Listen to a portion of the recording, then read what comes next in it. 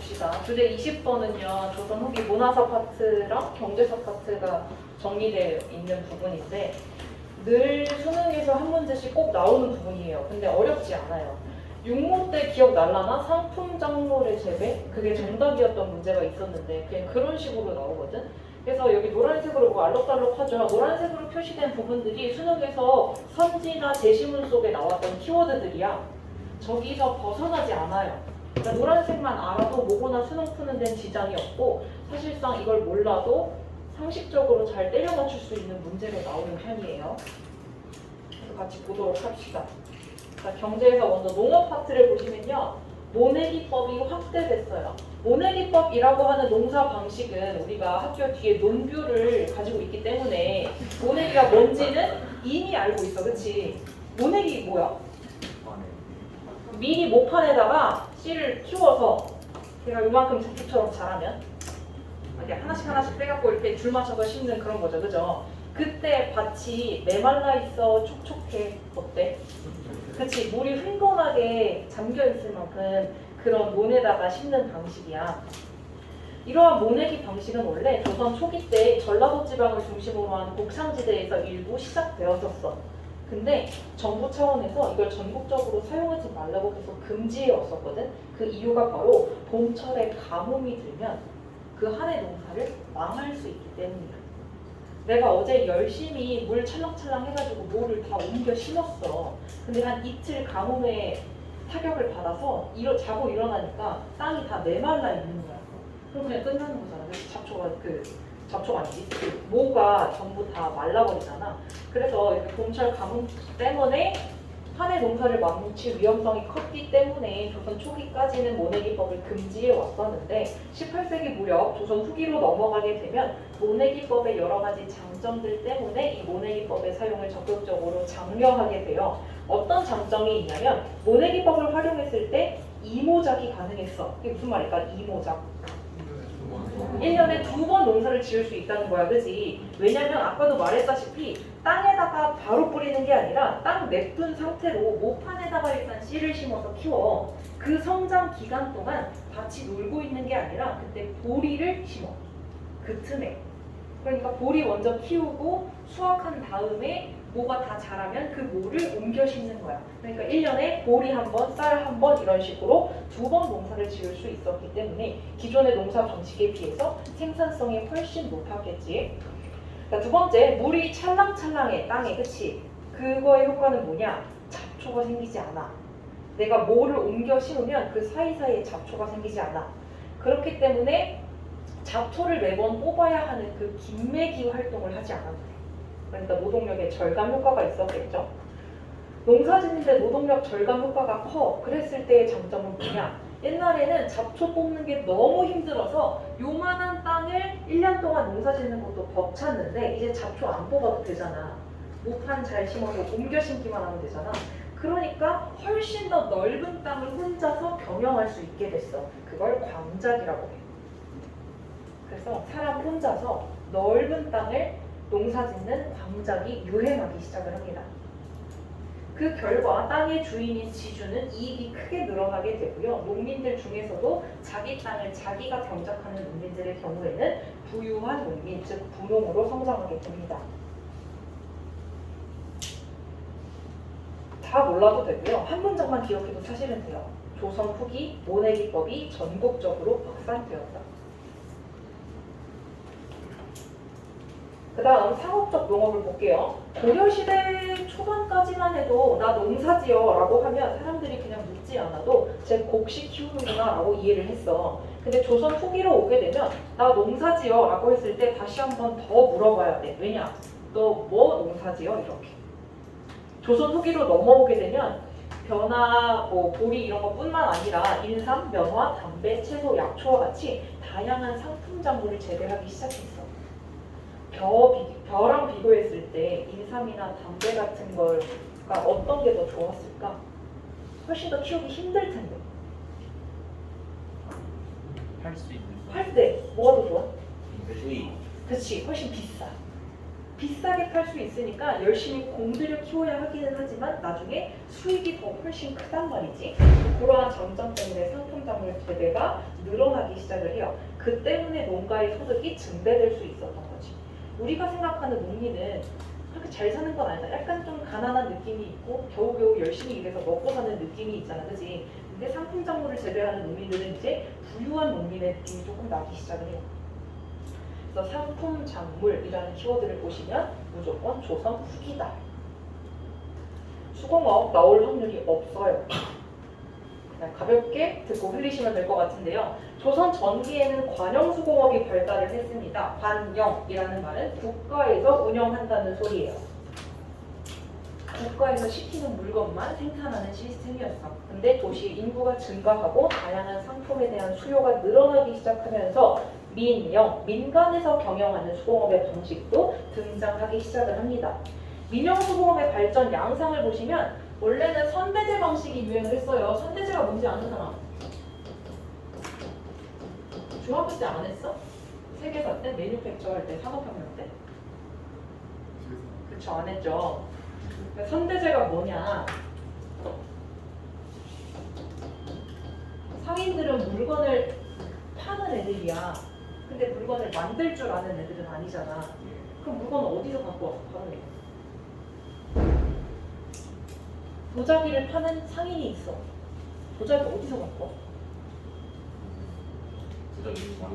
도자기 만드는 데서, 그치? 도자기 만드는 애들이 수공업자잖아. 그치? 근데 다짜고짜 나 도자기 팔 거니까 도자기 내놔 할 수 없잖아, 그치? 그러니까 선대제라는 방식을 활용을 한 거야. 상인이 자기가 팔고 싶은 물건을 발주를 넣어. 그래서 만드는 데 필요한 자금, 재료, 그리고 어떤 모양으로 몇 개가 필요한지 구체적인 주문서 등을 수공업자에게 맡겨. 나 동그란 모양의 도자기 30개 만들어줘. 100만 원 줄게. 필요한 찰흙도 주고 물감도 줄게. 그러면 수공업자는 오케이 하겠지. 열심히 만들어. 만든 다음에 그 맞춤 생산한 거를 해당 상인에게 판매해. 이러한 방식이 선대제야. 상인들과 수공업자 사이에 필요한 물건을 재료와 돈과 주문서를 정확하게 맡기면 그거에 맞춰서 맞춤 생산해서 다시 판매해 주는 거야. 이 판매 과정에서 수공업자도 돈을 벌고 이 물건을 가지고 시장에 나간 상인들은 그거보다 조금 더 높게 팔 테니까 얘네도 돈을 버는 거. 이런 방식의 선대제가 성행을 하면서 국가에서 시키는 수공업품 생산 말고 민간인들 사이에서도 각자 필요한 물건들을 선대제의 방식으로 만들기 시작했고 이를 통해 독립적인 수공업자들, 그런 애들이 인기를 끌기 시작을 했어. 저 동네에 제가 도자기 되게 잘 만든대. 이런 입소문이 타기 시작을 하는 거야. 자, 농촌에서의 수공업 형태를 볼게요. 조선 초기까지는 자급자족의 형태였어요. 자급자족이 무슨 말이야? 내가 필요한 거 내가 만들어서 혼자 알아서 쓰는 거야. 그러니까 내가 농민이고 우리 집에 살다 보니까 거실을 깔 돗자리가 필요해. 그럼 어디서 지푸라기 사와가지고 열심히 돗자리 만들어서 쓰는 거야. 그리고 우리 가족이 음식을 먹으려면 솥단지도 필요해. 그럼 어디 철구에다가 쇳물 녹이는 데 가서 맡겨서 솥단지 들고 오는 거야. 그런 식으로 내 삶과 생계에 필요한 물건을 알아서 만들어 쓰는 거야. 그것이 농촌에서의 수공업 형태였어. 근데 점차 살다 보니까 내가 좀 돗자리 만드는데 재능이 있어. 그럼 농사 일을 끝내고 틈틈이 돗자리를 계속 만들어. 그 남는 돗자리를 주말에 시장에 갔다가 팔아. 그럼 내가 농민임에도 불구하고 상업활동을 통해 부수입이 생겨가지, 그치? 조선 후기에는 이런 식으로 전문적인 상품을 농민들이 생산함으로써 그걸 판매해서 수익을 거두기도 했어. 그러나 이 파트 안 나와요. 상품화폐 경제의 발달. 상품화폐 경제라는 단어 자체가 거의 매년 수능에서 언급이 되고 있어요. 상품도 무슨 말인지 알고, 화폐도 무슨 말인지 알고, 경제도 무슨 말인지 알지? 그럼 상품화폐 경제는 무슨 말이니? 안 되네. 상품을 화폐로 사고 파는 경제 시스템, 그렇지. 그게 왜 발달했냐면 고려시대까지만 해도 계속해서 국왕들이 가끔씩 화폐를 유통시키고자 했지만 백성들의 입장에서는 화폐에 대한 이미지가 어때? 좋은 것 같아? 불편해 보여? 불편해 보여. 그래서 사용을 계속 기피해 왔었어. 근데 조선 후기로 오게 되면 상품을 전부 다 화폐로 사고 팔기 시작했다는 소리거든. 그럴 수 있었던 요인은 되게 다양해. 일단 첫째로 방금 배웠던 농업과 수공업이 크게 발달함에 따라서 다양한 상품들이 시장에 내놓아지기 시작을 했고 그게 사고 파는 과정을 통해서 화폐가 사용되기 시작을 했어. 또한 도시로의 인구 유입이 증가함에 따라서 도시에 있는 사람들이 상업활동에 대거 참여하기도 했지. 자, 셋째, 우리가 배웠던 대동법이 이때 등장을 해. 자, 대동법 어느 왕식이야? 오, 대법인데? 까먹지 않았군요. 질문 폭격기가 좀 배워볼게요. 자, 우리 조선시대 때 조세제도는 크게 세 가지야. 세금제도, 조세, 공물, 전세라고 하는 게 나을까? 토지에 매기는 거, 공물, 그리고 영. 이렇게 세 개였지. 그럼 이 대동법은 이 세 가지 중에 어떤 것과 밀접한 관련이 있었어? 공물. 그럼 공물이 뭔데? 특산물을 거두는 거야, 그치? 특산물을 거두는 세금. 근데 이게 시간이 지남에 따라서 어떤 문제가 생겼냐면 제주도는 벼농사를 지을 수 없는 기반인데 쌀을 세금으로 내라고 해. 기억나지? 강원도는 과일을 키울 수 없는 추운 지역인데 감귤을 내라고 해. 그럼 그 사람들은 왕이랑 싸울 수는 없으니까 어떻게든 그 물건을 구해야 돼, 그치? 그래서 강원도 사람이 중간 상인한테 웃돈을 주고 제발 제주도에서 감귤 좀 사다 줄래? 라고 하면 그 중간 상인이 2만 원짜리 귤 한 박스를 사다 주면서 10만 원에 팔고 이랬잖아. 이걸 땡땡의 패단이라고 했어. 그렇지.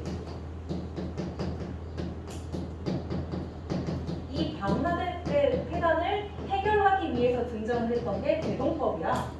그럼 대동법은 더 이상 특산물을 거두는 게 아니야. 그럼 뭘 거둬? 쌀 또는 면포 또는 화폐.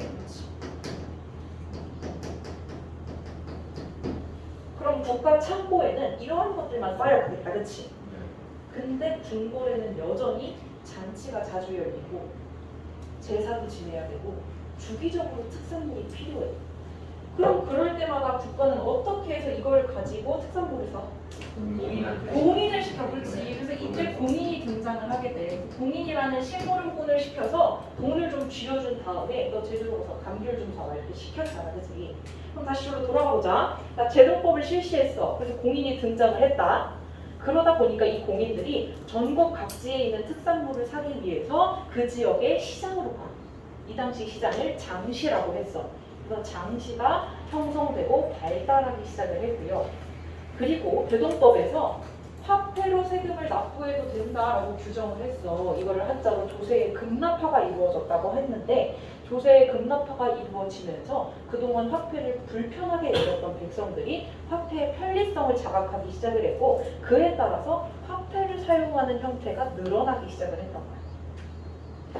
5번에 있는 조선 정부의 상업 정책의 변화를 보시면요. 조선 초기에는 농분 억상 정책이라고 해서 농업을 근본으로 하고 상업을 억제하는 정책을 했어.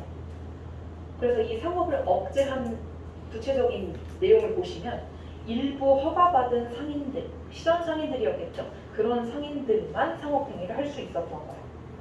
그래서 시전 상인들에게 특혜가 하나 있었어. 사사로이 내 구역에 들어와서 상업활동을 하는 상인들을 내쫓을 수 있었어. 금난정권, 그렇지. 그러니까 금난정권 같은 특혜가 있었던 거야. 근데 조선 후기로 가게 되면 그냥 그걸 막을 수 없이 너나 할 것 없이 모든 상인들이 다 상업활동을 막 하기 시작해. 그래서 정조가 신해통공을 단행했어.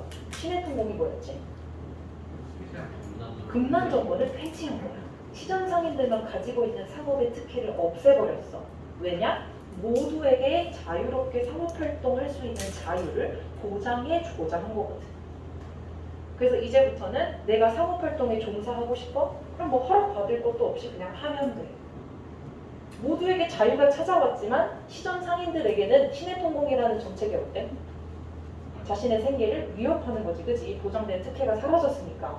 그래서 오른쪽 위로 올라가시면 신해통공 이후에 시전 상인들은 쇠퇴하게 되고요. 오히려 정부의 허가 없이 개인적으로 활동하는 사상들이 크게 대두되기 시작을 합니다. 사상들 중에서도 특정 상품을 매점 매석 또는 독점하여 큰 이득을 취하는 상인들을 우리가 도고라고 불렀어요.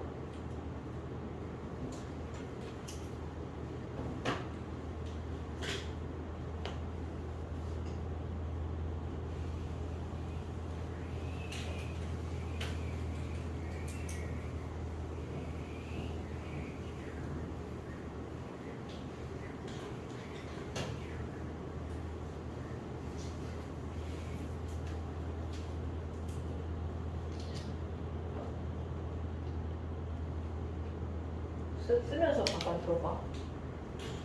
11호에 나올 문제를 예측해서 유튜브에 올리면 볼 건. 한 10분?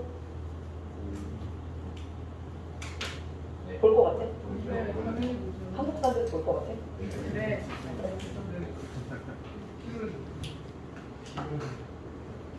일등급은 받아야 돼.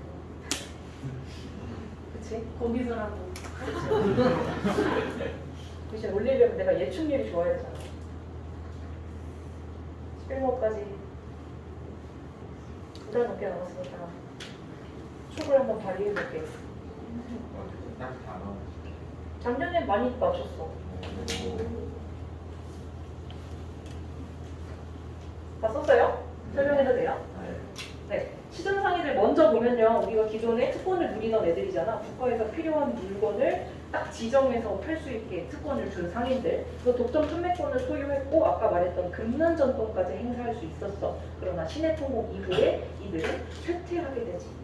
그 대신에 경강상인, 송상, 안상, 유상, 내상과 같은 다양한 사상들이 반대로 성장을 하게 되는데 경강상인부터 보시면요. 경강상인은 한강에서 운송업에 종사했던 사람들이야. 한강 가면 지금도 선착장이 있잖아, 그치? 당시에는 나루터였겠지? 그런 데서 배를 가지고 왔다 갔다 하면서 물건 날라주던 애들이 바로 경강상인들이야. 그럼 얘네는 운송업 종사자인데 왜 상인이라고 부르는 걸까? 얘네는 한강에서 나루터에서 일을 했잖아, 그치? 한강이라는 강 자체는 전국 각지에서 납부하는 세금, 조세, 쌀 이런 것들이 모이는 곳이야. 한강으로 모이면 한강에 이 경강상인들이 배로 실어 나르는 거란 말이야, 궁궐까지. 그러다 보니까 얘네는 곡물과 접할 일이 많았어. 그래서 이 곡물의 도매상으로 발전하게 돼. 대량의 쌀을 사들여. 그 다음에 팔아. 정말 대량을 사들여서 팔았기 때문에 약간 매점, 독점의 느낌을 가지고 있었어. 그러다 보니 큰 수익을 높일 수 있었고, 한강은 어디 있는지 알죠?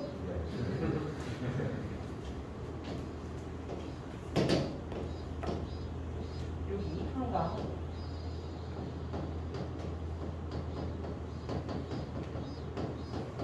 관광상인들이 나루터에서 곡물 도매상하면서 돈 벌었던 거고, 송상 지역이 어디야? 개성. 개성은 어딘지 알아? 서울이랑 평양의 딱 중간인데 개성공단이 있는 이쪽이죠. 그래서 개성상인들 그냥 송상이라고만 쓸게요. 송상들은 이 지역에서 활약을 했어. 얘네가 제대했던 건 인삼이야. 인삼을 제대해서 판매해. 인삼이라는 사업을 거의 독점적으로 운영했기 때문에 인삼을 사고자 하는 사람들에게 비싸게 파는 거지. 값을 얼마를 매기든 필요한 사람은 사니까. 그래서 송상들은 돈을 크게 벌 수 있었고, 위치상으로 되게 중간에 위치하고 있었고, 바다와의 근접성도 좋았기 때문에 청나라랑 일본 사이에 중개무역을 하기도 했어요. 자, 그 다음 만상, 의주 지역의 상인이에요. 의주가 어디야? 왼쪽 위에. 그렇지. 한산에도 나오잖아. 어? 몰라? 알아요. 알죠? 의주 지역은 어느 나라랑 대외 교역을 하면 크게 돈을 벌 수 있을까? 그치, 청나라. 그래서 만상 상인들은 바로 근처에 있는 청나라랑 교류를 하면서 돈을 벌었고요. 그 다음에 유상, 평양 상인이래.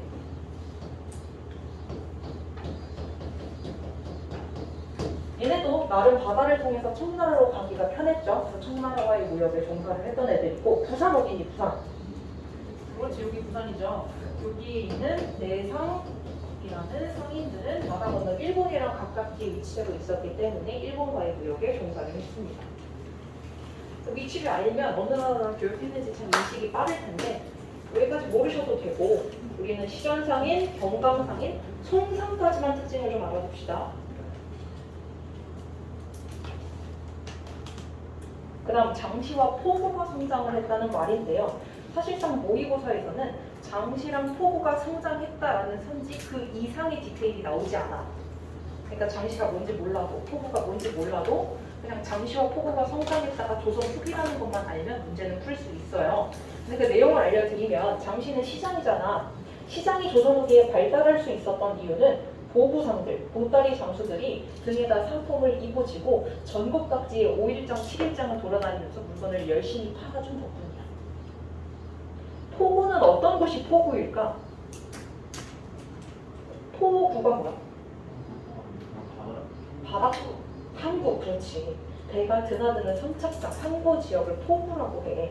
이 포구 지역이 상업활동 지역으로서 크게 번성할 수 있었던 요인은 객주와 여각이 활동했기 때문이에요.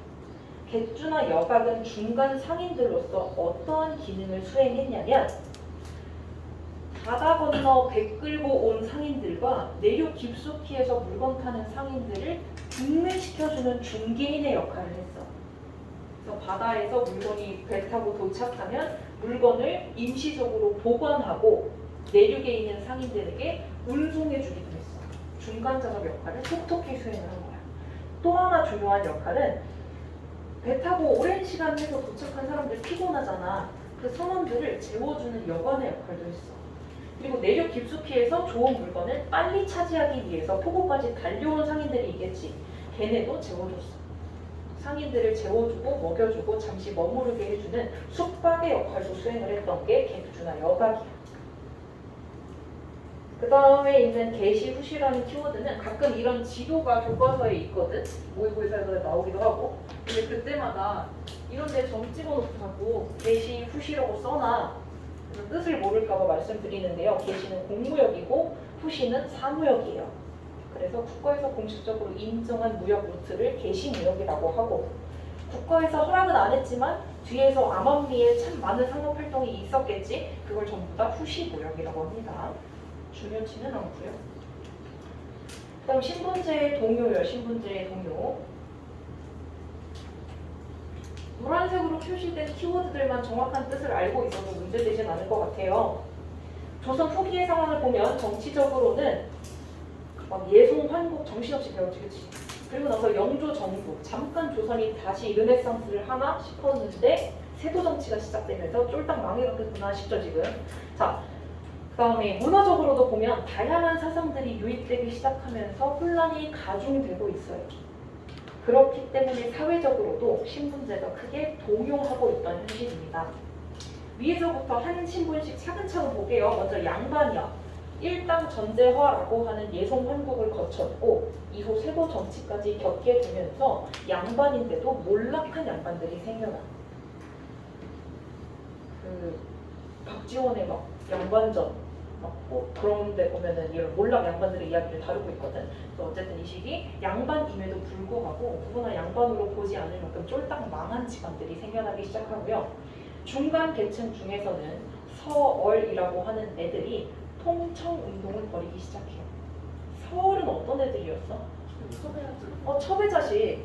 내 아빠가 양반인데 엄마가 첩이라는 이유로 난 양반이 아니라 중간 계층에 속해. 심지어 사회적으로 정치적으로 관직에 진출함에 있어서도 차별 대우를 많이 받았어. 그거에 대한 차별을 철폐해달라라는 운동이 통청운동이야. 이 서울 차별을 철폐해달라는 통청운동은 영조 시기부터 활성화되기 시작을 했는데요. 이 당시 서울들이 대거 상소문을 올려서 차별을 없애달라는 요구를 하게 됐어. 왜 하필 영조 시기였을까? 영조가 만만해? 운동이 아까 네? 저 영조도 엄마가 첩이야. 첩의 자식인 거야. 그러니까 약간 뭐 확실하진 않지만 추측하건대 백성들의 입장에서도 영조한테 찡찡대면 좀 먹히지 않을까? 라는 생각을 하지 않았을까 싶어요. 그래서 영조 시기부터 관직으로 진출할 수 있는 서울의 문이 조금씩 열리기 시작했고 가장 유명한 게 정조 시기 때 규장과 검서관이라는 직책에 서울들이 대거 등용될 수 있었어요. 정조 시기의 규장각은 어떤 느낌이냐면 세종의 집현전 같은 느낌이야.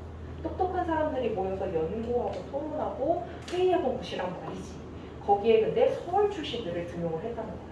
이때 등용되었던 대표적인 서울들이 여러분들이 들어봤을 법한 박제가, 유득공 뭐 이런 사람들이 있어요.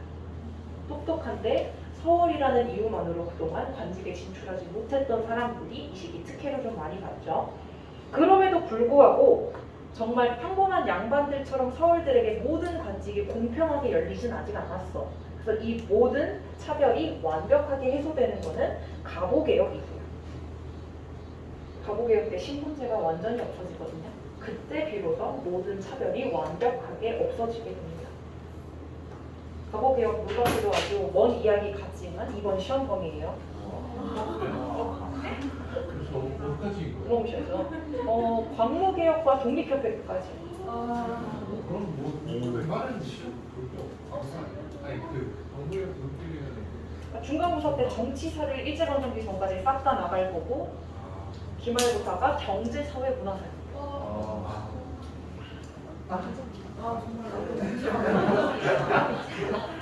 진정한 한국사의 시작. 중간고사 누적이 아닌데 기말은 고민 중이에요. 왜냐면 어차피 정치사 내용이 계속 나오거든. 경제사 할 때도. 누적을 하든 안 하든 누적의 느낌은 나요. 그다음 납속. 내가 다 썼어? 납속이라는 단어는 밑에 농민층 얘기할 때 같이 할게요. 자, 납속은요 공물을 내고 관직을 받는 방식이었어. 관직을 받는 건 원래 어떻게 해야 관직을 받을 수 있어? 과거 급제에서 똑똑한 걸 인정받아야 관직에 진출할 수 있는 거잖아. 근데 지금 미쳤죠. 공물을 내가 관직을 준대. 국가가 참 궁핍할 만큼 궁핍한 느낌이 들죠. 그것도 심지어 농민들한테 그리고 중간 계층들한테. 그리고 공명첩은 가짜 임명장이에요. 이게 뭐냐면 국가가 돈이 없다 그랬잖아. 근데 농민들은 분홍들이 많잖아. 얘네는 신분을 상승시키고 싶어. 그러려면 관직 임명장이 필요해. 국가한테 그걸 돈 주고 싶어. 진짜 임명장을 받아버리면 일해야 되잖아. 근데 농민들은 그만큼 똑똑하진 않잖아. 그러니까 가짜 임명장만 사는 거야. 그래서 지나다니면서 그 임명장을 자랑하면서 나는 관직이 있으니까 오늘부터 양반이야 하고 다니는 거지. 이해 안 되는 방식이죠. 그리고 족보 매입도 했는데요. 몰락한 양반들은 양반치고 좀 못 사는 사람이 되었을 거 아니야. 힘든 상황이 됐을 거 아니야. 그 사람들에게 부자 농민들이 돈을 주면서 양반의 족보를 사요. 이름을 지우고 자기 이름을 넣어요. 그날부터 양반이 되는 거야. 그러니까 이렇게 말도 안 되는 방식을 통해서 농민들이 돈을 가지고 양반의 신분을 하나씩 획득하기 시작을 합니다. 그럴 수 있었던 요인은 아까 말했듯 광작 또는 상품 작물의 재배를 통해서 부를 축적한 농민들이 늘어났기 때문이지. 그 분홍들이 심지어 양반으로 승격되는 과정을 거치면서 형촌사회 내부에서 이 분홍들의 입지가 점점점 확대되기 시작을 하고요. 이럴수록 빈부격차는 심해져. 부자인 농민이 늘어날수록 일반 농민들은 점점 더 빈민으로 전락하게 되거든요. 그래서 광작으로 인해서 누군가는 땅이 넓어졌지만 누군가는 땅이 사라졌겠지. 땅이 사라진 그 농민들은 농촌을 떠나서 구걸을 하고 다니거나 아니면 도망가서 도적세로 전락하기도 했죠. 빈부격차가 점점 심해지고 있고요. 가장 말단에 위치한 신분이 노비죠. 노비도 신분 상승을 하게 됩니다. 영조 시기 때 노비의 수가 너무 많이 늘어나는 걸 방지해서 조세의 징수 대상날을 일정 수준 유지하기 위해 노비 종목법을 실시했었는데요. 노비 종목법은 내용이 노비는 엄마의 신분을 따르는 것으로 하자라는 거였지. 그렇지? 그러다가 조선 후기로 점점 가면 갈수록 이 노비들도 농민들을 따라해 납속, 족보 매입, 도망을 통해 노비로부터 벗어나. 심지어 재산을 축적할 수 있었던 일부 산업인들의 경우에는 돈을 비상금을 야금야금 모아서 돈다발을 주인 얼굴에 던지고 도망가면서 난 오늘부터 노비하지 않을래 라고 선언을 하기도 했어요. 그러니까 어차피 더 이상 노비가 존재하지 않는, 거의 후보가 아닌 이상 다 노비에서 벗어나고 있는 현실이었단 말이지. 그래서 순조는 즉위하자마자 그냥 공노비를 해방시켜버려라. 이럴 거면 그냥 노비 없애자 라면서 공노비만 일단은 없앴죠. 그다음 여성의 지위 변화요. 이걸 내가 가르쳐야 했기 때문에 굳이 누적을 해서 기말고사 때 여성, 고려시대 여성의 지위를 문제로 냈던 건데요. 고려시대 여성의 지위가 기억이 날까? 고려시대 때 여성과 남성의 지위는 어땠어? 평등했어. 그래서 부모의 재산을 상속받을 때도 아들과 딸이 똑같이 상속을 받았고, 제사를 할 때, 부모를 봉양할 때도 아들과 딸이 똑같이 분담을 했었고, 처가살이가 일반적이었고요. 남편이 일찍 죽으면 아내는 재혼을 할 수 있었어요. 자유롭게. 그죠? 그거랑 비교해서 볼게요. 자, 조선은 유교 사회예요. 그죠? 가부장적 사회 질서가 형성되었기 때문에 남성의 지위가 여성의 지위가 훨씬 더 셌어요. 그래서 여성의 특징을 보면 장자 중심의 상속이 이루어져서 여자는 상속의 대상이 애초에 되지 못했고요. 남자들 중에서도 첫째 아들이 상속의 대상이 되었고, 그래서 그 장손이 제사를 담당하게 되죠. 여자는 평생 세 가지의 도리를 따라야 한다라는 법칙이 존재했는데 그걸 삼종지도라고 해요. 어릴 땐 아버지를, 결혼해서는 남편을, 늙어서는 아들을 따르라는 거예요. 그냥 여자는 평생 남자를 뒤따르는 존재로서 사회적으로 인식이 자리 잡게 되었고, 여성은 집안일에만 전념을 하고 외부의 사회활동이나 직업을 가지는 것은 거의 불가능했어요.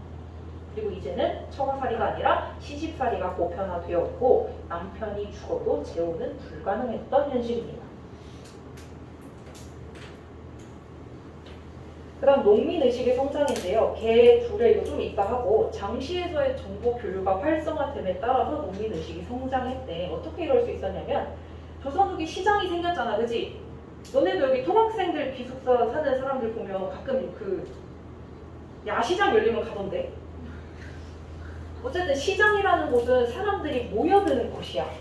필요해서 물건을 사기 위해 가기도 하지만 그냥 호기심에 여가 생활을 위해서 남는 시간에 그냥 가기도 해. 농민들도 이 시장에 모여들기 시작했어. 거기에서 노가리를 까는 거야. 그래서 어떤 소식을 듣냐면 야, 옆 동네에서 조세 도촉에 이기지 못해 반란을 일으켰는데 정부가 웬걸 찍소리도 못하고 도망갔대. 이러한 얘기들을 서로 하면서 우리도 한번 폭주를 해볼까? 이런 얘기들을 하는 거지. 그리고 서당 교육이 확대됐어. 부농들이 많아졌잖아, 그치? 돈이 많은 농민 부모는 이제 자식을 서당에 보내서 교육을 시키기 시작해. 그 말인즉슨 더 이상 농민이 가난하고 멍청한 애들이 아니야. 돈도 많고 교육도 받는 농민들이 늘어나기 시작했다는 거지. 자, 그리고 인간의 평등을 주장하는 서학과 공학이 확산되기 시작을 해요. 나도 농민인데 인간이고 쟤 양반인데 쟤도 인간이야. 근데 왜 조선 사회에서는 둘 다 인간인데 평등하지 않은가라고 하는 사회의식이 생겨나기 시작을 하면서 농민들이 이제 뭔가 자각을 하는 거야. 판단이 잘못된 사회다. 그 농민들이 어쨌든 똘똘 단결할 수 있었던 이유는 개나 둘의 조직이 점차 강화되어 갔기 때문이거든. 개는 지금도 개 모임의 형태로 좀 존재하고 있어요. 어머님들이나 할머님들이 친한 사람들끼리 모여서 막 돈 매달 얼마씩 걷어서 막 여행 가고 뭐 일 있을 때 좀 돈 도와주고 뭐 이런 거 하잖아. 비슷해. 그래서 경제력을 기반으로 모인 협동 조직인데 뭐 주기적으로 돈을 모아서 어려울 때 도와주고 뭐 올해 얘네 모내기 했는데 갑자기 가뭄 들었대. 그럼 걔네 먹고 살 수 있게 좀 그래 도와주고 이런 식으로 경제력을 기반으로 똘똘 뭉친 게 개. 둘의 조직은 노동력을 기반으로 뭉친 거야. 한 15명에서 50명 정도가 둘의 조직을 만들어서 오늘은 얘네 집 모내기 심는 거 도와주자. 내일은 얘네 집 밭에 가서 잡초 좀 뽑아주자. 다음 주에 얘네 집 이사 간대. 짐 좀 같이 옮겨주자. 이런 식으로 뭔가 같이 하는 것들이 농촌 사회에서 생겨나고 그 조직이 점점 강화되면서 이제 사회의식을 바탕으로 우리가 이렇게 똘똘 뭉쳐서 사는 게 아니라 뭔가 사회의 반항적인 모습을 보이면서 개혁을 할 필요가 있지 않을까라고 발전하게 되는 거죠. 살짝 넘겨서 홍경래의 난까지만 볼게요. 좀만 힘냅시다. 홍경래의 난은요, 평안도 지역, 즉 서북지방에서 일어났던 반란입니다. 서북지방 평안도가 어디냐? 지도에서 왼쪽에 표시된 저 지역이에요. 아까 표시했던 의주 지역이랑 비슷한 지역이죠. 우리 지금까지 배운 반란들은 저렇게 북쪽 끄트머리에서 반란이 일어난 적이 거의 없었어, 그치? 근데 좀 특징적인 것 같아. 왜 하필 저 지역에서 반란이 일어났을까? 그 원인을 보시면 첫째, 평안도 지역은 그 지역 출신이라는 이유만으로 지역 차별을 당하여 중앙관직 진출 시 제한을 많이 받았어요. 또한 서울에 있는 특권 상인들, 시장 상인들이겠죠. 그들을 보호한다는 이유로 이 지역의 상공업을 크게 억제해 왔었어요.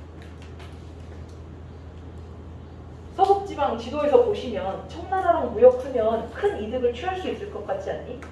그냥 발로 걸어가도 청나라 갈 수 있을 것 같은 느낌이 들잖아, 그치? 근데 그걸 못하게 막았다. 왜냐? 시장성인들이 제일 잘 나가야 하니까 라는 정부의 고정관념 때문에. 그러니까 이 지역, 평안도 지역의 상공업 종사자들은 큰 불만을 품었던 거고요. 세 번째, 순조 11년, 12년에 발생했던 반란이에요. 그 말인즉슨 세도 정권이죠. 세도 정권의 각종 수탈에 대한 불만도 고조되어 가고 있었고, 그거를 이제 사회의식이 성장한 농민들이 이해한 거지. 아, 세도 정권 잘못된 거다. 그래서 몰락 양반인 홍경래와 서울 출신인 우군칙이 이 반란을 주도했어요.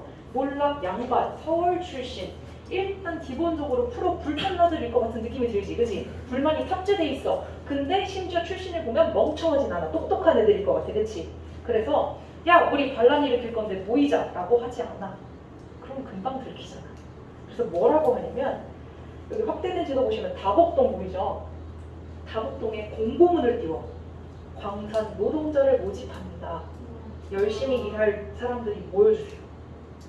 그랬을 때 정말 광산 노동자랑 직업이 없는 빈농들이 모였어. 그래서 광산 앞에서 뭘 하냐? 군사훈련을 했어.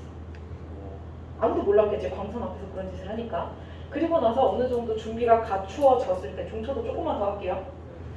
준비가 갖추어졌을 때 반란을 일으켰고 5개월가량 활약을 하면서 색칠된 부분 전 지역을 장악할 만큼 잘 나갔어. 근데 정주성이라고 표시된 저 지역에서 결정적으로 관군에게 패배를 하면서 진압당하고 실패로 끝이 나게 돼요. 그래서 주도 세력에 보시면 홍경래, 오군칙, 상공업 세력까지는 불만을 품은 걸 이해할 수 있어. 근데 보통 디테일한 설명이 없으면 광산 노동자나 빈농이 왜 참여했지? 라는 의문이 들 수 있는데, 이들이 참여한 이유는 홍경래가 다복동에서 광산 노동자 모집이라는 뻥카를 날렸었기 때문이에요. 아래에 다복동, 정주성 빈칸 채워주시고 자료 1번 보시면요. 두 번째 줄에 조정에서는 관서 지역을 썩은 흙과 같이 버렸대. 그냥 뭔가 특정 지역을 쓰레기 취급하고 있구나 라는 인식이 와야 되고요. 그 아랫줄 보시면 서토, 평안도 사람을 보면 반드시 평안도 놈이라고 비하 발언을 하고 있어, 그치? 그러니까 평안도 지역에 대한 차별 대우 때문에 불만을 일으켜서 반란을 일으켰구나. 그리고 홍경래의 난이라고 알려주지 않아도 그러니까 캐치를 하셔야 돼요. 자료만 보고도. 여기까지 하겠습니다.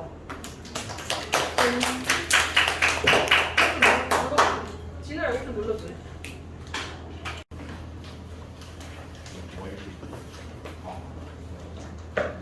우리 지난 시간 못한 거 조금 남았죠?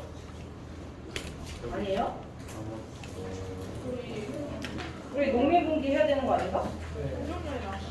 홍경래 난까지 했죠? 네. 그 위에 어? 맞아? 한국의 남자냐? 네? 네. 네. 네. 이들 농민분기부터 볼게요. 지난 시간에 배웠던 홍경래의 난은 어느 왕 시기에 발생했던 사건이지? 순조. 순조부터가 뭐지? 세도 정권의 시작이잖아, 그렇지? 순조, 한종, 철종으로 이어져. 지금 배우게 될 임술 농민분기는 철종 13년, 즉 세도 정권의 나쁜 짓들이 극한으로 치달아서 백성들이 가장 살기 힘들었던 시기겠다라고 유추할 수 있을 것 같고, 1862년이 임술년이었기 때문에 이 해에 전국 각지에서 발생했던 농민 봉기들을 전부 합쳐서 임술농민봉기라고 불러요. 농민봉기가 발생할 수밖에 없었던 배경은 크게 세 가지인데요. 첫째, 삼정의 문란이 극심해졌어요. 삼정의 문란 세 가지가 뭐야? 전정, 군정, 환정. 그래서 그 환정이 환곡의 문제점이었잖아. 환곡의 폐단은 어떻게 심했어? 구체적으로? 난 살만한데 강제로 빌려줘. 빌려줄 때 모래를 섞고 싸래. 근데 또 갚을 땐 쌀로만 갚으래. 또 그 이자가 얼마나? 심했으면 고리대금과 비슷할 만큼 아주 이자를 높게 쳐서 받았다고 했지, 그치? 그런 환곡의 폐단이 심화됨에 따라서 백성들의 불만과 고통은 가중되었었겠죠. 자, 두 번째, 그 지역을 잘 다스려야 할 관리들이 삼관오리들로서 학정, 즉 갖가진 나쁜 일들을 저지르기 시작해요. 백성들을 괴롭히죠. 세 번째, 조세 부담이 빈농이나 소작농들에게만 집중되어가는 현상을 보이게 됩니다. 지주나 분농들 훨씬 더 많은 조세 부담을 가지고 있을 텐데 그들이 더 못 사는 빈농이나 소작농들한테 자신들이 내야 될 세금을 떠넘기게 돼. 그러니까 안 그래도 먹고 살기 힘든데 위에서 자꾸 누군가가 나에게 세금을 떠넘기니까 더 불만이 속출할 수밖에 없었겠지. 이 때문에 농민들이 봉기를 일으키게 되는데 가장 먼저 불만이 폭주하기 시작했던 지역은 진주 지역이에요. 전주 아니고 정주 아니고 진주야. 헷갈리면 안 돼. 진주 지역에서 농민 봉기가 처음 시작된 이유는 백낙신이라고 하는 그 지역의 관리가 그동안 나쁜 짓을 너무 많이 해서 몰락 양반인 유계춘이 불만을 터뜨렸어. 그러면서 농민들을 데려다가 봉기를 일으켰거든. 이 소식이 주변 지역으로 확산됨에 따라서 이러한 지역들 뭐 외울 필요는 없지만 어쨌든 결과적으로 전국으로 농민 봉기가 번지게 된 거예요. 전국에 있는 농민들이 저마다 나 이거 힘들어 막 난리를 치게 되니까 국가 입장에서는 무슨 사태인지 파악을 할 필요성이 생겨서 암행어사를 보내게 돼요. 그래서 암행어사들이 그 지역 관리들이 대체 무슨 짓을 하고 다녔길래 백성들이 이렇게 불만을 가질까 조사하기 시작을 했고 진주 지역에는 박규수라는 사람을 안핵사로 파견을 해서 사건을 알아보기 시작해. 이 봉기를 주도한 사람은 누구이며 그는 왜 백성들을 데리고 봉기를 이끌었고 그들이 불만을 품은 관리는 대체 누구며 어떤 나쁜 짓을 저질렀는지 낱낱이 조사하고 색출하기 시작해. 어느 정도 사태가 파악이 됐어. 이제 수습해야 되잖아. 그래서 만든 게 삼정이정청이야. 이때의 삼정이 뭘까? 아까 말했던 삼정의 문란의 삼정이겠지, 그치? 그 문제점들을 하나씩 시정해 나가는 관청이다라는 뜻으로서 정부는 이걸 설치한 다음에 농민들에게 약속을 하죠. 앞으로 이 관청에서 너희들이 가장 힘들어하는 삼정의 문란을 하나씩 해결해 줄게. 그러니까 봉기 그만두고 돌아가서 농사지어. 그랬을 때 백성들이 순진하게 믿고 봉기를 접고 농사를 지으러 다시 가요. 근데 정부가 약속을 하나도 지키지 않았어요. 결론은 그래서 실패해요. 실패할 수밖에 없었던 이유는 정부가 약속을 쌩깐 것도 문제긴 하지, 그지? 근데 봉기 과정상에 어떤 한계점이 있었냐면 지역별로 각계 전투 스타일로 전개를 했어. 우리 지역은 이게 짜증나. 나는 이게 힘들어.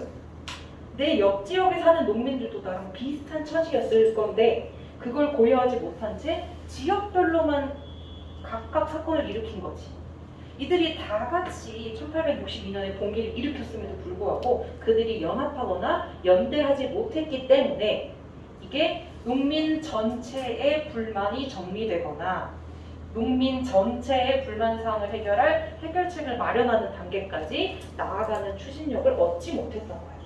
그게 좀 아쉬운 부분으로 지적이 돼요. 그래서 실제로 모든 교과서에 이렇게 농민봉기 지도가 들어있는데 그 어떤 지도에도 임술농민봉기라고 적혀져 있는 건 없어. 농민봉기 앞에 그 지역을 따서 부르지 그걸 합쳐서 공식적인 용어로 막 임술농민봉기다라고 표시하지 않아. 왜 그랬냐? 각 지역에서 각계 전투로 발생했기 때문에. 그러나 같은 해에 비슷한 성격으로 발생한 사건들이기 때문에 우리가 배울 때는 임술농민봉기라고 합쳐서 부르기는 하지. 자, 자료 2번을 볼게요. 진주 지역에서 소동을 일으켰대. 백낙신이 탐악을 저질렀기 때문에 세 줄 내려오시면 환곡을 갚아서 받을 때 돈으로 계산하여 덧붙여 먹은 이자가 4,100여냥이나 되었대. 환곡의 이자를 너무 많이 뜯어먹었구나. 그 다음 문단 임술년, 이미 힌트가 있죠. 진주에서 사람들이 몽둥이 들고 하급 관리들의 집을 불태웠대. 일반 백성들이 뭐가 불만이라 관리들의 집을 불태울까? 두 줄 내려와서 보시면 백성들의 재산을 함부로 뜯어냈고 억지로 세금을 거두었으며 강제로 세금을 징수하는 일이 많아서 그들은 질책받을 만했다라고 주장하죠.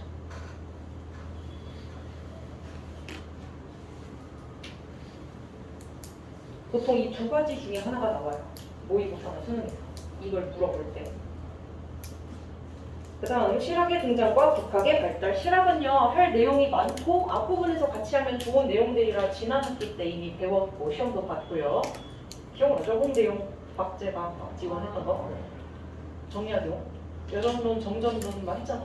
균전, 그 부분이 실학이었고 이제는 국학만 넣어놨는데 시험에 내진 않을 거예요. 근데 너무 크게 X치지는 말고 내가 마음이 아프니까 그냥 들어만 보세요. 자, 국학이 발달할 수 있었던 배경. 이제는 더 이상 세상의 중심이 중국이 아니다라는 걸 자각하기 시작했어요. 우리가 오랜 시간 섬겨오고 대단하다고 떠받들던 중국이 이제 더 이상 그만한 위치가 아니야. 그럼 이제 우리는 뭐에 집중하고 무엇을 떠받들고 무엇을 본받아야 하는가? 그 가치관이 흔들리던 와중에 어떤 결론을 내렸냐? 우리의 역사, 우리의 말, 우리의 자연환경을 보다 아끼고 그 내용들을 정리해서 책으로 내자. 그게 바로 국학이야. 그래서 역사, 지리, 국어 영역에서 다양한 책들이 이렇게 나오게 됐죠. 근데 유드뽕의 발해고랑 김정호의 대동여 지도는 알아둡시다. 상식으로. 유드뽕 언제 들어갔지? 지난 시간에. 왜 들어봤지? 서울? 오! 우리 성준이가 대답을 해줬네. 유독공 서울 출신이야. 그래서 엄청 똑똑한 인재인데 관직에 진출하지 못했다가 언제 간택당해? 정조 때 규장과 검서관으로 등용되면서 날개를 펼치게 되죠. 그 무렵 작성을 했던 게 발해고. 발해고는 어느 나라의 역사를 쓴 걸까, 성준아? 네? 아래요? 아래예요. 그렇지, 발해의 역사를 썼지. 이게 왜 중요할까? 아래를 이상하게 준비해요. 거의 이거 삼국사기만큼 중요한 역사서로 꼽혀. 삼국사를 배울 때. 굳이 발해고가 왜? 그치, 발해가 우리나라의 역사로 포함될 수 있는데 결정적인 역할을 했어. 이 책이 없을 때까지만 해도 우리나라에서는 우리의 역사를 어떻게 인식했냐면 고조선, 그 다음 삼국시대, 그걸 통일한 게 통일신라, 그 다음에 생긴 게 고려, 그 다음 조선이야. 발해가 존재하지 않았어. 우리의 역사로 포함시키지 않았어. 근데 유드뽕이 발해고를 썼어. 발해의 역사를 정리해서 우리의 역사로 작성을 했고 그 책 안에서 어떤 용어를 썼냐면 남북국이라는 용어를 처음으로 사용을 했어. 통일신라만 우리의 역사가 아니라 7세기, 8세기, 9세기 무렵 남쪽에는 통일신라가 북쪽에는 발해가 존재하고 있는 남북국 시대다라는 주장을 하겠죠. 그래서 지금 우리가 통일신라랑 발해를 같이 배우고 있는 것이고 그래서 중요한 책인 거고요. 김정호의 대동여지도. 작년 6문과 11모에 오답선지 중에 김정호의 대동여지도가 있었어. 근데 내가 안 가르쳤었거든. 당연히 안다고 생각해서. 근데 시험이 끝나고 득달같이 달려와서 나한테 한 학생이 따졌어. 가르치지 않는 게 나왔다. 그게 바로 이거였어. 자기는 이게 가르치지 않은 거라 정답인 줄 알고 찍어서 틀렸대. 김정호가 대동여 지도를 쓴 것은 초등학교 교과서에도 나오고 있고요. 그렇죠. 누구나 알지 않을까? 몰랐다면 지금 김정호를 쓰면서 반성하면서 외우세요. 아시겠죠? 김정호, 대동여 지도, 조선 특기 오케이. 나머지 패스. 자, 10번 새로운 세상이 등장. 여러분들이 태어나지 않았을 시절이겠죠? 1999년. 나도 아기 때인데. 나도 애기 때야. 지금. 날 몇 살로 알고 있는 거야? 나 애기 때지. 난 IMF 기억이 없어. 여하튼 1999년에서 2000년으로 넘어가던 그 해에 우리나라에도 별별 예언 사상이 많이 등장했었대. 밀레니엄. 지구가 종말한다고 하거나 인류가 사라진다고 하거나 외계 행성이 와서 충돌을 한다고 하거나 되게 과학적이고 논리적인 근거가 있는 척 정말 별별 예언 사상이 떠돌았어. 그러니까 그때 그렇게 떠오를 수 있었던 이유는 1999에서 2000으로 넘어간다는 숫자의 변화도 있었지만 사실상 97년 IMF가 터진 이후에 경제적인 타격을 심하게 입었던 사람들이 미처 회복되지 않은 99년이야. 살기 힘들었다. 근데 위기감이 고조되는 숫자로 바뀌어. 그러는 와중에 예언 사상들이 등장을 했다고 봐요. 근데 역사상에서 봐도 참 사람들이 살기 힘든 시절에 뭔가의 위기감이 고조되거나 사건이 하나 터지면 예언 사상이 갑자기 막 폭증을 하기 시작해. 그래서 이 당시에도 도참설이라고 해서 왕조의 교체, 즉 조선은 사라진다. 새로운 국가가 등장한다. 또는 엄청난 큰 사건이 터질 거다. 라고 하는 예언 사상이 등장하기 시작을 했고 작자 미상의 그런 예언들을 하나의 책으로 엮어서 정감록이라고 하는 책이 있었는데 일종의 오늘날의 찌라시라고 생각하면 되겠죠. 너네도 힘든 화성 생활 속에 어디서 찌라시 같은 정보가 하나 돌기 시작하면 이제 파헤치기 시작하잖아, 그지? 어제 5층에서 컵라면을 먹다가 여자 화장실이 난장판이 났는데 걸렸대. 얘들아, 이러한 팩트는 너희가 지식인이기 때문에 정확한 사실인가 의심을 해야 돼. 근거나 증거가 있나 조사해봐야 돼. 그리고 객관적인 제3자의 입장에서 판단해야 돼. 맞지? 근데 지금 벌써 그게 누군지 궁금하잖아. 무슨 라면을 먹었는지도 궁금하잖아. 어디서 그랬지? 어제 5층에서 컵라면을 먹다 화장실이 난리가 났대. 이 한 문장을 가지고 너희는 7시간 토론할 수 있잖아. 맞지? 이때도 그랬던 거야. 조선이 사라지고 새로운 국가가 생긴대 라고 하는 별거 아닌, 지금 보면 별거 아닌 말인데 그걸 왜 믿어? 라고 말할 수 있는 말인데 그들에게는 힘든 생활에 뭔가 한 줄기 빛 또는 토크를 할 수 있는 좋은 안주거리 삼았던 거죠. 그뿐만 아니라 미륵신앙이라고도 해서 현실 세계에서 얻지 못한 행복을 후세에서라도 이룰 수 있다라고 믿으면서 이런 말도 안 되는 사상들이 여기저기 갑툭튀하기 시작을 하고 서학은 지난 학기 때도 언급을 했었는데 17세기 청나라로부터 학문의 형태로 수용이 되어 와서 서양의 학문, 즉 서학이라고 불렸고요. 실학자들이 이 서학을 공부하고 연구하면서 이것이 점차 종교, 사상, 신앙의 형태로 발전을 했어. 그래서 이때부터는 서학을 천주교라고 불러. 지금까지도 있지, 천주교. 그렇지? 천주교의 특징, 신 앞에 모든 인간은 평등하다라고 주장을 하고 있으며 힘들어도 열심히 살고 기도를 열심히 하면 천국에 갈 수 있다라고 하면서 앞으로의 영원한 삶, 죽어서도 영원한 삶을 뭔가 말하고 있고 제사를 거부하는 것도 또 다른 특징이야. 오늘날 천주교를 독실하게 믿는 집안들은 명절에 제사를 안 지내잖아, 그치? 누군가는 부러워하기도 하고 종교의 자유가 인정되기 때문에 그 누구도 뭐라 하지 않아. 근데 조선은 유교국가였기 때문에 제사를 지내지 않는 건 거의 범죄란 말이야.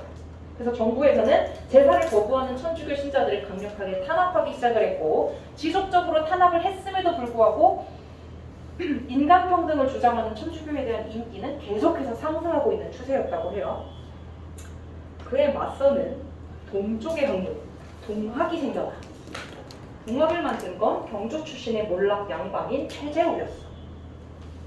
최재우는 인내천, 시천주, 후천개벽 등과 같은 사상을 바탕으로 동학을 창시하였고 서학과 마찬가지로 인간의 평등을 주장하면서 여러 농민들, 백성들을 동학교도로 포섭하게 돼요. 너네 의외로 동학을 알던데? 인내천 이런 거 들어봤다던데? 당연히 알 것 같은 것들을 모르고 이걸 어떻게 알지 싶은 것들을 알고 아니까 넘어갈게요. 자, 그래서 정부는 동학을 사조, 사이비 종교로 규정을 하게 되었고요. 그리고 교주였던 최재우에게 혹세무민이라는 죄목을 씌워서 사형시켜버리게 됩니다. 혹세무민이란 사이비 종교를 가지고 사회를 혼란시켰고 백성들의 머리를 어지럽게 하였다라는 죄. 죽이기 위한 핑계거리죠. 최재우가 사형된 이후의 동학은 크게 타격을 입었어. 그러나 곧바로 최시영이 2대 교주로 등극을 하면서 그동안 구전으로 최재우의 교육을 통해서 전수되어 왔었던 동학의 사상과 교리를 동경대전 용담유사와 같은 책으로 정리해서 간행을 하게 돼요. 이 책들을 가지고 최시영은 삼남 지방의 농민들을 중심으로 다시 한번 동학을 전파시키게 되었고 이게 성공적으로 되어서 전국적으로 다시 한번 동학이 부흥할 수 있었어요. 첫 번째 1번에 내가 경주 출신의 몰랑양반 최재우의 폴로 빨간 밑줄을 그은 이유는 자료 3번이 교과서마다 대부분 들어있는데 이때 맨 앞에 있는 최재우의 빈칸을 뚫어놓고 빈칸에 들어갈 인물명을 쓰라 그래. 그랬을 때 쓸 수 있는 힌트는 경주의 백성이었다라는 것도 좋은 힌트가 되고요. 맨 아래에 있는 동쪽 나라의 향문 즉 동학을 창시하는 것도 힌트가 됩니다. 두 번째 줄에 있는 양학의 양자는 서양, 동양 할 때 그 서양 할 때 그 양자잖아. 큰 바가 양자. 서학이라고 봐도 무방해요. 서학이 들어왔다라는 말을 듣고 동학을 만든 사람. 최재우의 제자가 어이예요. 어이. 아시겠죠? 웃지 마. 너네 이런 거 서술형 내면 100% 두세 명은 아이를 쓴다고. 안 낼 거예요. 근데 저 잘안 보여가지고 찍기 잘못해서 이렇게 크게 보여주는데? 뒤에 아, 뒤에 있었었어? 서민 문화의 발달이요. 주제 20프린트에서 매년 수능에서 한 문제가 나와요. 경제에서 나오거나 문화에서 나오거나 뭐 그래요. 근데 문화에서 나오면 되게 쉬워. 노란색으로 표시된 단어들만 알고 있어도 답을 금방금방 찾을 수 있어. 서민 문화가 발달할 수 있었던 배경은 뭐냐면 농민들은 일부가 분홍으로 성장했어. 광작을 하거나 상품점을 재배하면서 떼돈을 벌었잖아. 상인들도 사상으로서 성장을 하거나 일부는 매점매석을 해서 도구로 성장했어. 우리가 알던 백성들은 약간 가난한 삶을 살면서 헝그리 정신으로 열일하는 애들인데 이제는 서민들이라고 하면 돈이 많은 농민 또는 떼돈을 벌고 있는 상인들이 떠오를 수도 있어. 그래서 이들이 사회적, 경제적 지위를 갖춰가. 경제적 지위는 당연히 갖췄을 거고 사회적 지위는 어떻게 갖췄어? 납소, 공명처, 족보매입 이런 것 때문에 양반 신분을 사버렸잖아. 그지? 이렇게 살만해진 서민들은 이제 무엇을 하냐? 문화생활을 향유하는 거야. 여가를 즐긴다고. 그래서 한글 소설, 사설, 시조, 판소리, 탈춤, 민화와 같은 서민 문화가 발달하게 되고요. 한글 소설 뭐 알죠? 춘향전, 홍길동전, 사설, 시조 배웠어? 평시조와 사설시조의 작가의 차이는 어때? 평시조는 주로 사대부 양반 지배층들이 작성을 해. 사설시조는 일반 백성들, 서민들도 자유롭게 작성을 했어. 그럼 평시조와 사설시조의 형식적인 특징은 어떻게 달라? 초장, 중장, 종장 중에 중장이 비정상적으로 길어진 형태가 사설시조야. 평시조는 되게 까다로워. 초장, 중장, 종장의 글자 수나 형식을 엄격하게 갖춰야 돼. 그러니까 래퍼들이 가사를 재능 있게 막 쓰는 건 걔네들한테 쉬워. 근데 우리한테 글자 수 맞춰서 펀치라인을 넣으라 그러면 힘들잖아. 그러니까 평시조는 지배층만 쓸 수 있었어. 한자어를 해박하게 알고 있어서 어떤 조합으로도 글을 잘 쓸 수 있는 사람들. 그러나 사설시조로 넘어가게 되면서 일반 서민들도 글에다가 일기 쓰듯이 감정 쓰레기통을 표출하는 거고 사회 비판적인 메시지도 담는 거예요. 비판할 게 얼마나 많았겠니? 그니까 길어졌겠지, 그지? 그래서 사설시도가 발달을 했고 판소리, 탈춤 아실 거고 민화. 백성들이 그린 그림이 민화야. 다 봤을 거야. 고양인지 호랑인지 알 수 없는 익살스러운 동물이 황토색 종이에 그려진 그 그림. 아니면 까치가 앉아있는 그림. 또는 잉어 2마리가 헤엄치는 그림. 등등 그런 것들이 전부 민화인데 서민들이 그린 그림이었음에도 불구하고 민화는 서민의 집뿐만 아니라 양반의 집에도 장식품으로 사용이 됐어. 왜 그랬냐? 복을 가져다 준다고 믿었고 귀신을 쫓아내준다고 믿었어. 이런 부적 효과가 있었기에 민화를 양반까지도 집에 장식을 했던 거죠. 옛날 아기 때는 우리 할아버지 집에 그 호랑이 그림이 있었어.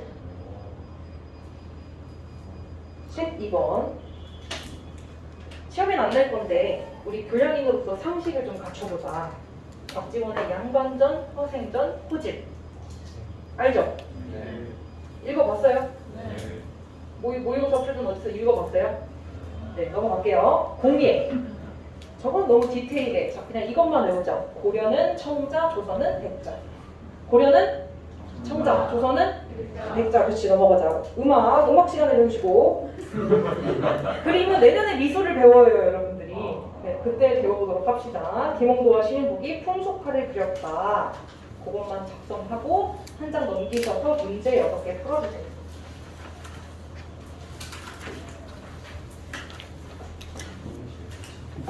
그동안 코로나 키트를 좀 나눠드리겠습니다. 네, 지금 찍고 있는 거예요? 네.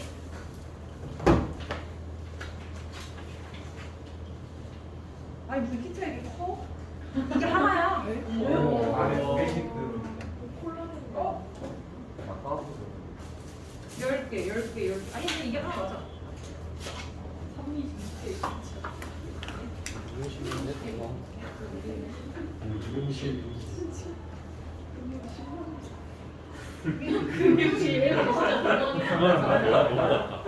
너무 같다.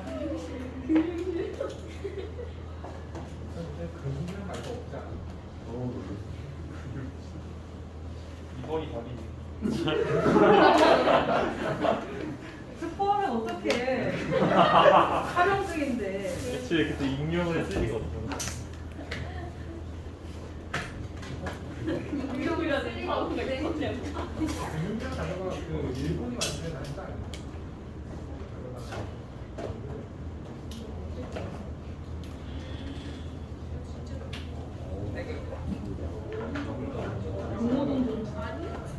야, 서울 올림픽도 있어. 야.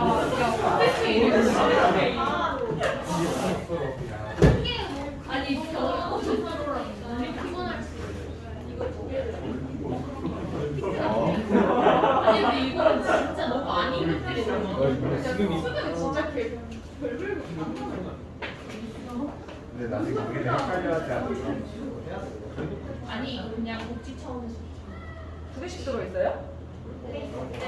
아 그래? 나는 안 주지? 주겠지 나도. 여기 구성품 보면 곱하기 다 풀었어요? 곱하기 돼 있어. 1분 더 드릴게요.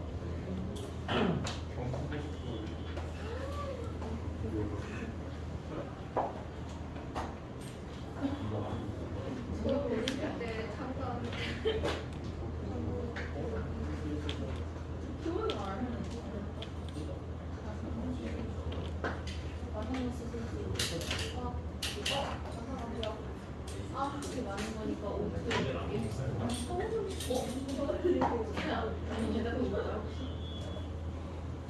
다 풀었나요? 같이 봅시다. 다음 자료에 나타난 시기에 경제 상황으로 가장 바람직한 것은 전황 상평통보 들어는 봤으나 잘 모를 텐데 밑에 있는 문단은 아는 거죠. 신해년의 통공, 김남정권의 상실, 시전상인의 타격. 그렇다면 정조 시기니까 조선 후기. 정답은? 그렇죠. 전시까지도 고려시대입니다. 고려시대. 11문화 수능에서 선지에 자꾸 나오는 게 이 전시과제예요. 그냥 고려시대인 것만 알면 되는데 알아두세요.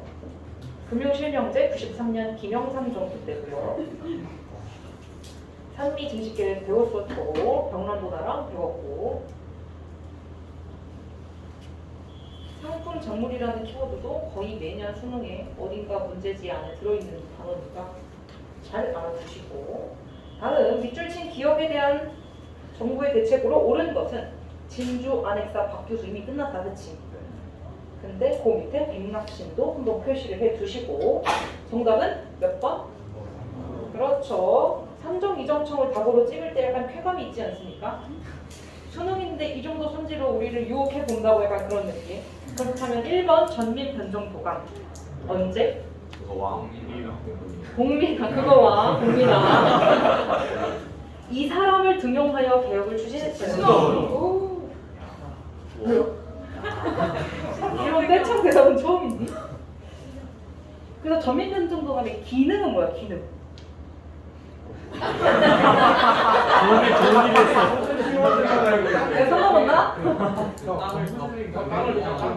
누가 불법적으로 점탈한 토지에 건물세족이 불법 점탈한 토지에 원래 주인을 찾아서 돌려주는 작업을 했죠. 형용사 구층 목탑 어느 나라? 신라. 어느 왕? 무슨 여왕? 내가 어제 오픈 채팅방에 사과했잖아. 선덕여왕, 성덕여왕. 고려가 왜 나왔냐? 불탄 게 고려야. 몽골에 침입 때 그렇지. 고려 몽골에 침입 때 불타서 아직까지도 그건이 알려있잖아요. 그쵸? 혀만 남아요. 조은어 성정조, 정동행성 폐지는 공민왕. 그렇다면 정동행성의 본래 설치 목적은 무엇이었을까? 일본 원정. 일본 원정. 그래서 원나라가 일본 치러 가는데 우리 데리고 가려고 만든 게 강동행성이잖아, 그렇지? 근데 두 차례 원정에 실패한 이후에 이 기구가 웬열 없어지지 않고 잔존해. 기능이 변질돼. 어떻게? 그치, 내정건설 기구로 변질되죠. 그래서 국민왕이 없앴던 거고. 자, 진주에서 무리 지어서 백낙신한테 빡쳐서 삼정의 문란 항의하고 임술련 전국으로 퍼지고 한국 장고 빡침. 임술 농민분기 그쵸? 힌트가 너무 많아. 정답은? 선지가 오히려 기만하네요, 그죠? 좀 삼정 이정청 정도는 대조하이 쾌감 있게 맞추는데. 다음 자료에 나타난 시기의 경제 상황으로 옳은 것은 한글로 쓴 약속 증서, 상평통보, 조선 후기. 정답은? 3번. 3번. 그렇지. 조선 전기인지 후기인지 헷갈리지 말라고 그냥 조선과 관련된 건 하나밖에 없어요. 그죠? 1, 2번 했고 4번 활구 고려 숙종 때 발행된 화폐인데요. 고려 시대 인건은 알아두세요. 11모에서 활구를 메인으로 묻는 질문도 2번 출제된 적이 있고요. 선지 속에서도 자꾸 활구가 유통되었다를 고려 시대를 나타내는 선지로 자꾸 출제를 해요. 활구, 은병 같은 말인데 어쨌든. 그리고 백성에게 정전을 지급했습니다. 아득히 옛날에 배웠던 게 갑자기 튀어나왔죠. 통일신라 성덕왕 때. 처음 듣는 것 같다면 한번 학습실에서 잠이 올 때 뒤져보세요. 앞으로 쭉 넘기면 있어요. 할구가 처음 들어봐. 할구. 주제 7번, 6번, 운전은 기억나는데 5번이죠. 자, 그 다음 요게 바로 김홍도와 신윤복의 풍속한데요. 조선 후기예요. 조선 후기. 정답 몇 번? 2번이죠. 성룡서 했고 상담 청자 고려. 그렇지. 조선은 백자. 자, 직지 신체율을 모르는 사람. 알지? 그치? 초등학교 5학년 사회교과서에 나와. 그다음 벽돌무덤, 백제, 무령왕릉이죠. 마지막 통공정책으로 금남 정권이 폐지되었고 일부 시존상인들이 타격을 받았다. 조선 후기예요. 정답이 1번이고 작년 수능 문제인데 가장 모든 과목을 통틀어서 가장 비난을 많이 받고 뉴스에 그렇게 많이 나왔던 문제. 교수님들을 3주 동안 가둬놓고 이러한 문제를 내는 것은 올바른 것인가? 무엇보다 내가 너무 화가 났던 건 뭐냐? 통공정책 금난정권 시장 상인을 전혀 몰라도 이들이 입은 복장을 봤을 때 절대 봉오동 전투에 참전하는 복장은 아니고요. 서울 올림픽에서 경기할 복장도 아니고요. 경부고속국도를 지나가도 저런 사람은 없을 거예요. 그죠? 그렇다면 우리는 두 가지 중에 고민을 해야 돼. 한글 소설 읽는 여성의 남편들일지 이들은 진골 귀족들일지 아, 골때리네. 그쵸? 그림을 잘 보고 재미있게 풀면 되는 문제여서 정답 1번이 왔고, 헷갈리지 말라고 고려시대 선지는 없는 것 보이죠? 개항기 선지도 없는 거 보이죠? 일제강점기 선지도 없어. 신라, 조선 후기, 그 다음에 현대사를 이렇게 넣었어. 이거 누가 보니 정답이 1번이다라고 알려주고 있는 문제. 정답률이 100%는 그러진 않지 않을까? 찍고 다니는 거 있어. 6단계 문제? 너무 재밌지 않아? 자, 그랬습니다. 자, 앞에 보시고 프린트에 없어요. 다음 지도가 나타내고 있는 사건의 명칭은? 홍경래는 어떻게 알았어요? 다복동을 근거지로 하고 정주성에서 결정적으로 패배했고, 얘들아 가장 크고 굵은 글씨부터 읽어주겠니? 평안도. 홍경래인과 관련된 설명으로 옳은 것을 모두 모르면? 니은? 그다음 지금 지긋. 오케이. 기억과 리을은 그럼 어떤 사건과 관련된 설명일까요? 혹은 묘청의 서경천 서경천도 운동. 그렇지. 자, 묘청은 그럼 서경파잖아, 그지? 개경파의 대표 주자는 김부식. 다행이다. 다른반 보니까 김규식, 이순신도 나왔어.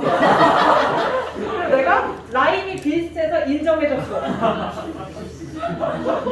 어쨌든 서경천도를 주장했던 묘청을 김부식이 강력하게 진압하면서 묘청의 서경천도 운동도 실패로 끝이 났었죠. 그럼 그 앞뒤로 계속 다 배웠던 뭐 이자겸에나 무신정변 다 기억나죠? 그죠? 11모 봐야죠. 자, 임술 농민 봉기 제목에서 사건 명칭을 알려줘 버려서 사료 읽지 않고 지도도 패스해도 정부의 대책 가를 묻고 있어. 정답은 몇 번? 평정 이정천. 그렇지. 되게 답을 쉽게 찾는 척 하는데 너네 1번부터 4번 다 모르잖아, 그치? 의창 설치. 아, 들어본 거랑 아는 거 달라, 얘들아. 있잖아. 이거 비슷한 거 몇 개만 봐. 흑창이랑 의창이랑 이거 엄청 유명 아니야? 성적 아니고. 자, 일단 어느 시대야? 고려요. 고려의 첫 번째 프린트를 내가 어떻게 만들었냐면 맞아요. 여기에 태조 왕건을 넣고 네. 그 밑에 광해를 넣었어. 성종. 여기 흑창이 있었잖아, 그렇지? 그리고 여기 거기에 의창이 있어. 그래, 얘가 누군데? 성종. 그렇지. 의창 옆에 상평창도 있었다, 얘들아. 맞아요. 상평창은 물가분으로 하는 기도였어, 그렇지? 자, 2번. 지난 시간에 배운 거야. 틀리면 안 돼. 곡물 부과 기준을 토지 소유 결수를 기준으로 바꿨대. 무슨 제도? 대동법. 대본까지 말하다가 혹시 몰라서 왜 혹시 모르지? 다 같이 얘기를 안 하니까 내가 잘못하나? 자, 대동법이 어떤 프린트에 있었냐면 기억을 못할 수가 없을 거야.